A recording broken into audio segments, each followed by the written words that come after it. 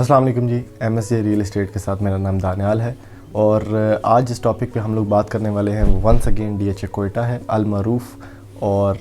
DHA Quetta के बारे में मैं इससे पहले काफ़ी वीडियोस बना चुका हूँ और अगर अभी तक आप लोगों ने चैनल सब्सक्राइब नहीं किया तो मेरी गुजारिश आप लोगों से यही होगी कि ये चैनल आप सब्सक्राइब करें,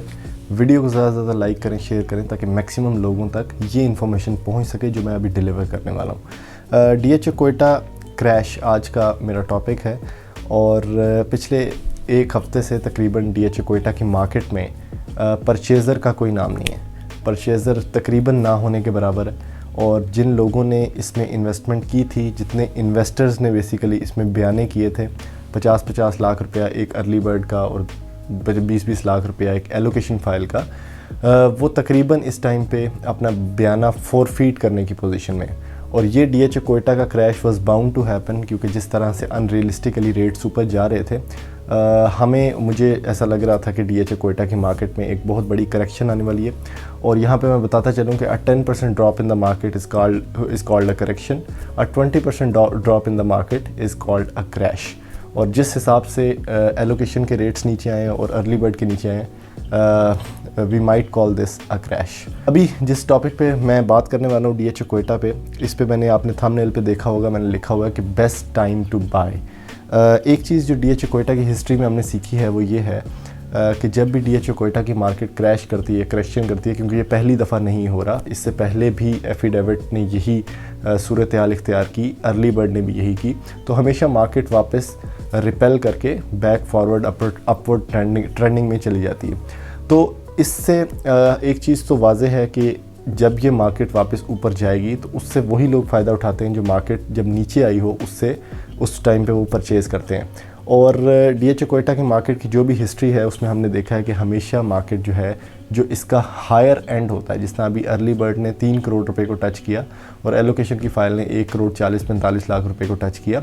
तो नेक्स्ट टाइम मार्केट एक स्टेबलाइज अंदाज में इस रेट तक वापस ज़रूर जाती है। थोड़ा सा टाइम लगता है क्योंकि market corrections are not easy to overcome, उसमें थोड़ा सा टाइम लगता है, लेकिन फिर भी आप लोग सेफ़ एंड श्योर इन्वेस्टमेंट इस टाइम पे कर सकते हैं ताकि आप लोग उस टाइम पे कुछ ना कुछ प्रॉफिट जो है वो स्टेबल तरीके से ले सकें। DHA कोयटा की हिस्ट्री में अगर हम थोड़ी सी बात कर लेते हैं तो जब ये रेट तकरीबन 290 से 3 करोड़ रुपए की ब्रैकेट में आया था तो मैंने वीडियोस DHA कोयटा के रेट के अगेंस्ट बनाना शुरू कर दी थी क्योंकि मुझे ये अनरियलिस्टिक रेट लगता था और साइकोलॉजिकली ये बात समझ नहीं आती थी। मैंने लोगों को इसमें समझाना ये शुरू किया कि बेसिकली हमें जब कोई 3 करोड़ के परचेज़र का माइंडसेट जिसका होता है, बेसिकली उस टाइम पे बेचने वाले लोग ना होने का मतलब ये नहीं है कि लेने वाले लोग बहुत ज़्यादा हैं। अगर आप अपनी फ़ाइल नहीं बेच रहे तो इसका मतलब ये नहीं है कि कोई उसको ले भी नहीं रहा, कोई उसको ले भी रहा है। बेसिकली मार्केट में जो एंड यूज़र था वो बिल्कुल भी ना होने के बराबर था। ये जो मार्केट इतनी ज़्यादा ऊपर गई है, बेसिकली एक group of investors, a chunk of investors जिनके पास जो भी पैसे थे उन्होंने बेसिकली लोगों से अर्ली बर्ड की फ़ाइल्स एक ऑप्टिमम रेट पे ली और उसको कोशिश की कि वो उससे भी ऊपर बेच सकें। लेकिन यहाँ पे एक बड़ा इंपॉर्टेंट फैक्टर मैं आप लोगों को बताने वाला हूँ कि जब किसी बंदे ने फ़र्ज़ करें 285 में या 290 में किसी बंदे से फ़ाइल परचेज़ की, बयाना किया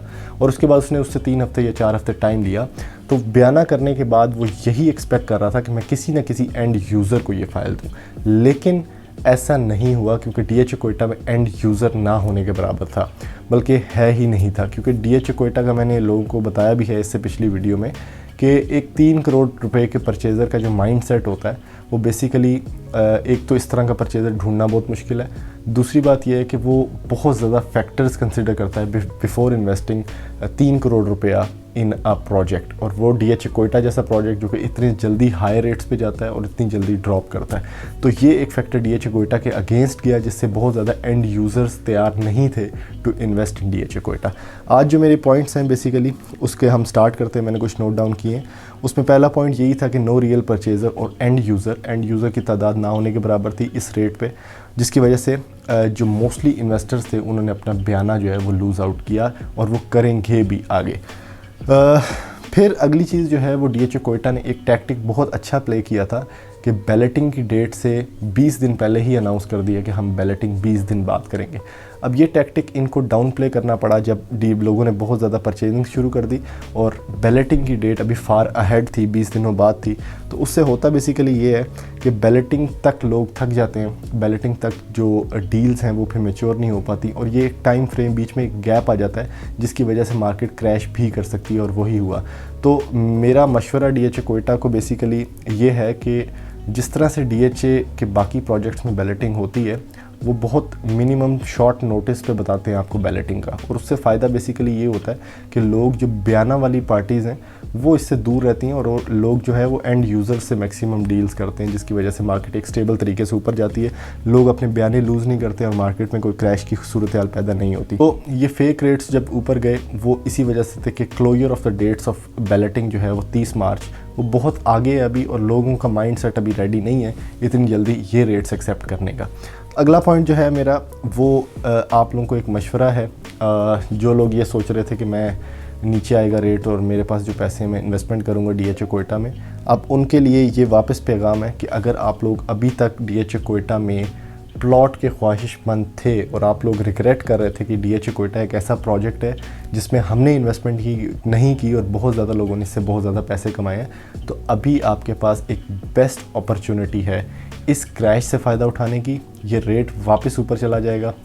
कोई ज़्यादा टाइम नहीं लगेगा क्योंकि DHA कोयटा में इतना पोटेंशियल है कि ये उस रेट्स पे वापस चला जाए। तो जिन लोगों ने एलोकेशन नहीं ली हुई वो कोशिश करें कि 1-2 दिन वेट कर लें, 3-4 दिन वेट कर लें, लेकिन एलोकेशन को जो उनको साइकोलॉजिकली मिनिमम रेट लगता है उस पर वो ये फ़ाइल परचेज़ कर लें। अर्ली बर्ड का भी मैं यही कहूँगा क्योंकि अर्ली बर्ड की बैलेटिंग तो बिल्कुल करीब है, बैलेटिंग की डेट भी अनाउंसड है, कोई उसमें शॉर्ट या फियर फैक्टर मौजूद है ही नहीं। तो अर्ली बर्ड का इस टाइम पर परचेज़ डिसीजन लेना बहुत ईजी है,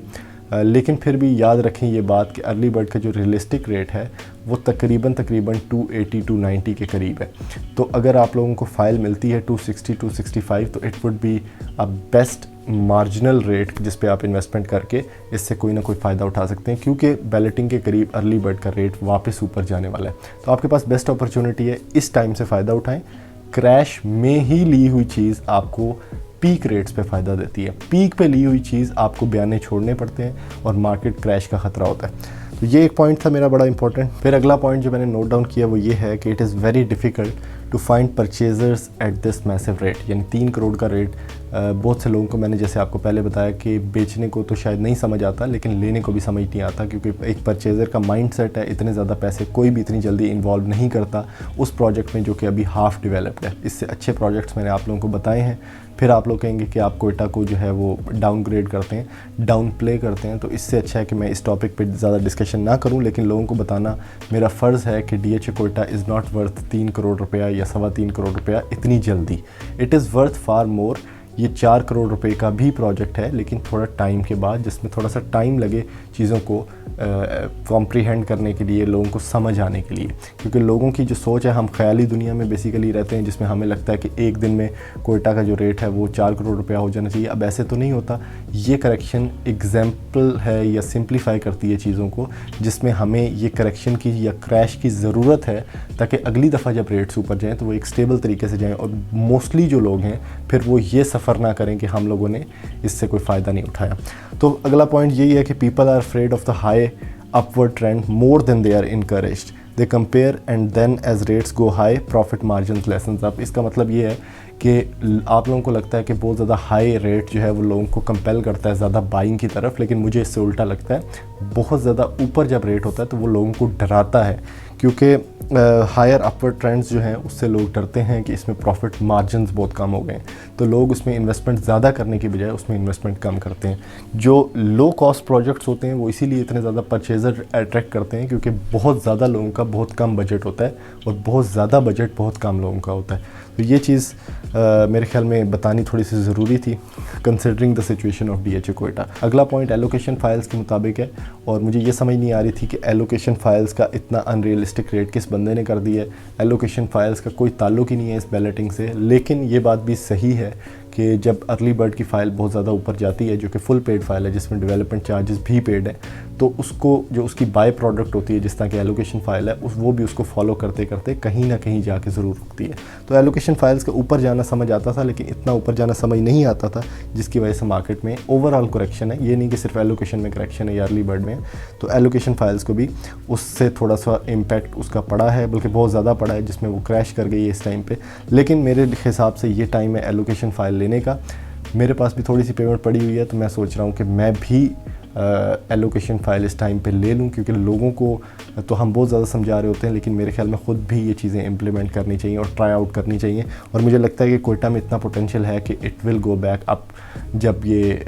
140 145 के करीब जब अर्ली बर्ड की बैलेटिंग ख़त्म हो जाएगी रमज़ान या ईद के बाद, तो उससे हम कुछ ना कुछ फ़ायदा इससे उठा सकते हैं। फिर अगला पॉइंट जो है कि mostly all investors have learned a lesson from this market crash. मैंने आपको जैसे बताया कि इसमें 90% इन्वेस्टर इन्वॉल्व था, और उसमें DHA कोयटा के लोग बहुत ज़्यादा इन्वॉल्व थे, पेशावर के लोग बहुत ज़्यादा इन्वॉल्व थे, लाहौर के लोग बहुत ज़्यादा इन्वॉल्व थे, लेकिन जो बेसिक एंड प्रोडक्ट होना चाहिए, जो एंड यूज़र होना चाहिए, वो बहुत कम इन्वॉल्व था। तो इससे इन्वेस्टर्स ने एक लेसन तो ये सीख लिया होगा कि अपने बयाने नहीं फंसाने चाहिए किसी भी चीज़ में बग़ैर उसकी ये जानकारी लिए कि वाकई इस प्रोडक्ट को कोई लेगा भी या नहीं लेगा, और वो भी इतने हाई रेट पे। क्योंकि बेसिकली हमें पैसे कमाने की पैसे से आदत है, तो हम लोग करते ये हैं कि हम अपना बयाना या कुछ थोड़े पैसों से ज़्यादा पैसे कमाने के चक्करों में होते हैं। जो भी शॉर्टकट हम इस्तेमाल करते हैं वो फिर ज़ाहिर बात है डाउन प्ले करता है हमारे ऊपर, उससे हमें नुकसान होता है और मार्केट को भी नुकसान होता है। मार्केट का हेल्दी तरीके से ऊपर जाना हर बंदे को समझ आता है, उससे मैं भी बहुत खुश होता हूँ, आप भी खुश होते हैं। और याद रहे ये बात कि मार्केट जब ग्रेजुअली ऊपर जाती है तो उसमें ही आपका ज़्यादा फ़ायदा है। मार्केट जब एकदम से ऊपर जाती है तो वो एक कर्वेचर बन जाता है बेसिकली, जो कि मार्केट के लिए ख़तरनाक है, वो कभी भी डिप खा सकता है। तो आज की वीडियो बेसिकली आप लोगों को ये समझाना था या ये समझाने की कोशिश करनी थी कि इस टाइम पे जो मार्केट के रेट्स हैं उसको हम तकरीबन 2-3 दिन और जज कर लेते हैं, लेकिन मेरे ख्याल से एलोकेशन रेट जब बहुत ज़्यादा नीचे आ जाए, जब 1 का फिगर टच कर जाए या 1.5 1.10, मेरे ख्याल से बेस्ट टाइम है to invest in allocation file, क्योंकि ये वापस अपने पीक पे जाएगा। अर्ली बर्ड की जहाँ तक बात है, उसका जो सेफ़ फिगर मुझे लग रहा है वो तकरीबन 250 255 260 पे हम कहीं पे भी इसको परचेज़ कर लें तो it will go back up और उसमें हमें फ़ायदा होगा। तो ऐसी मज़ीद वीडियोस देखने के लिए आप हमारा चैनल सब्सक्राइब करें, वीडियो को ज़्यादा से ज़्यादा लाइक करें, शेयर करें, ताकि मैक्सिमम लोगों तक ये वीडियो पहुँच सके। थैंक यू, अल्लाह हाफ़िज़।